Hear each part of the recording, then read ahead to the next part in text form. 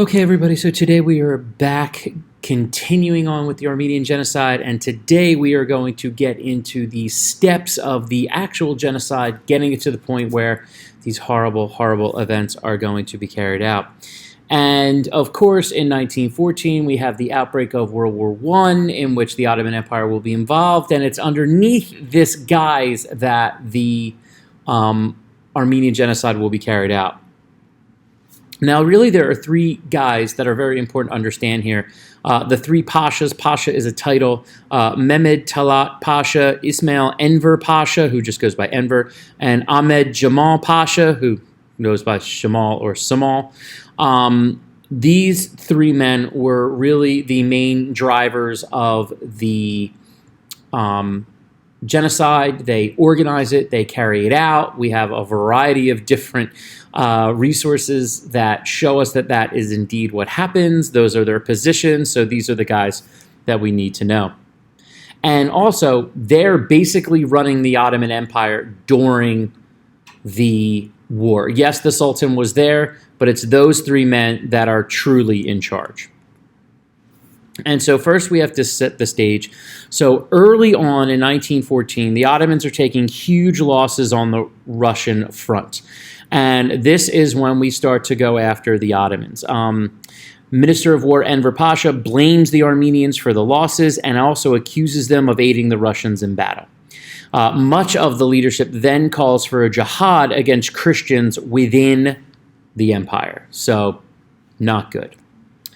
And starting in 1915, we start to get some specific directives against the Armenians, okay? In February of 1915, the Armenian Patriarchate, or their religious leaders, were accused of releasing state secrets to the Russians, which will result in destruction of church property. As you see on the right there is the remains of a church.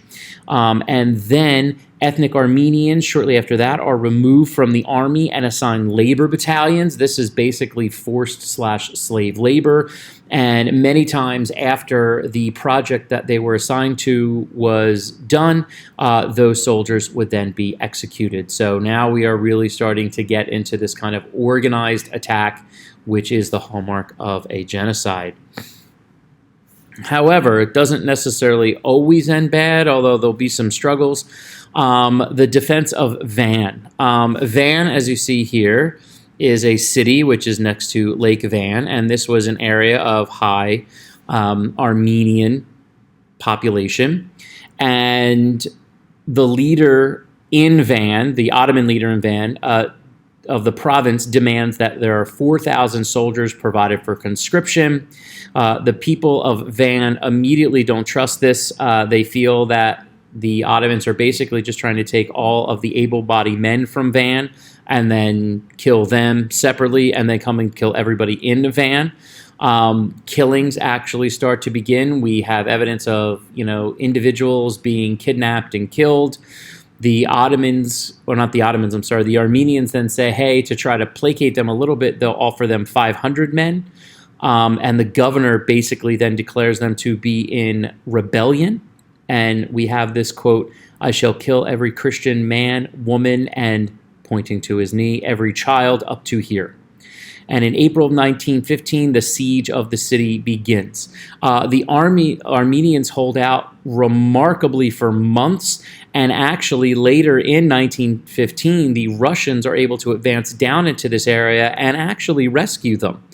Unfortunately, by 1918, the Ottomans had pushed the Russians out of this area, and many of the people in Van that initially were saved, because this becomes an area of refuge, will unfortunately be killed. But it's, I think, important to see and recognize that the Ottomans did fight back. That the Armenians did fight back against the Ottomans, and this was a big moment. And here are some pictures of the defense of Van. Here you can see refugees that are flooding into the city. We have the lines. Here they're shooting through holes in the walls. And then here are some of the soldiers that fought. But April of 1915 is also really the big push. You really start to get through various methods, whether it's through the radio or whether it's through newspapers and stuff, massive propaganda against them, that they are in league with the enemy.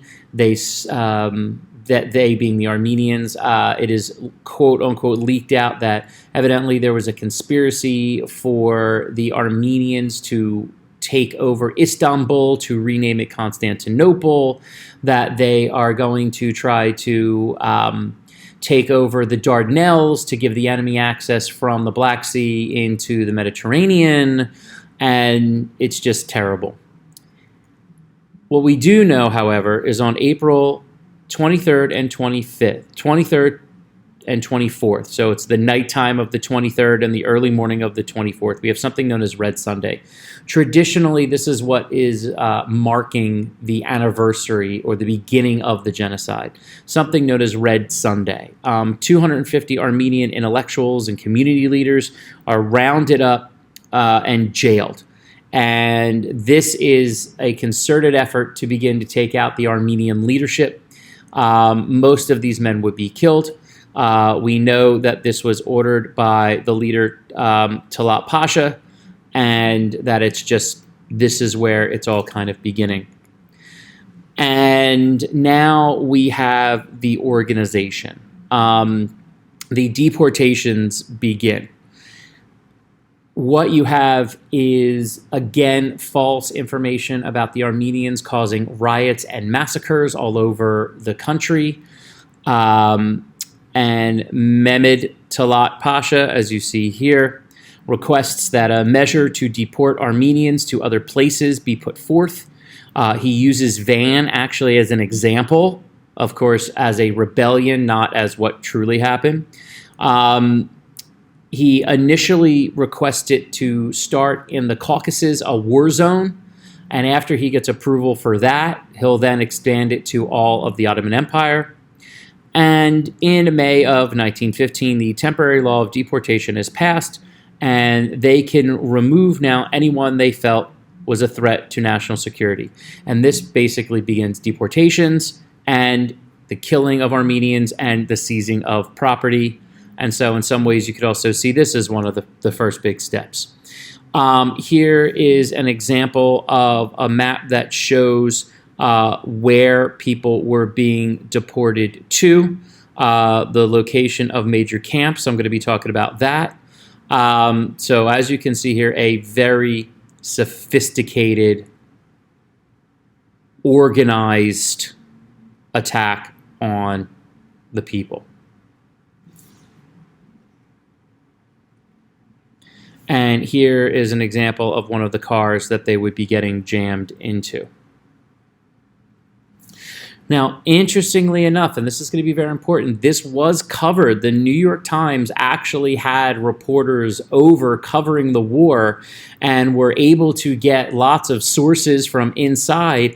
And as you can see here, deaths of Armenians are sent to perish in the desert, which I'll get into. Teddy Roosevelt actually actively speaks out against what's going on. So there was definitely an awareness of what was going on. Unfortunately, there just wasn't enough ability to act on it. And we're going to get into some of the interesting and important things that happen as a result of this, and also some of the irony of the deniers of this genocide as well. All right, guys, so hopefully that gave you a good idea of now how everything is set up, and then the next time we'll talk about the actual genocide itself. Take care.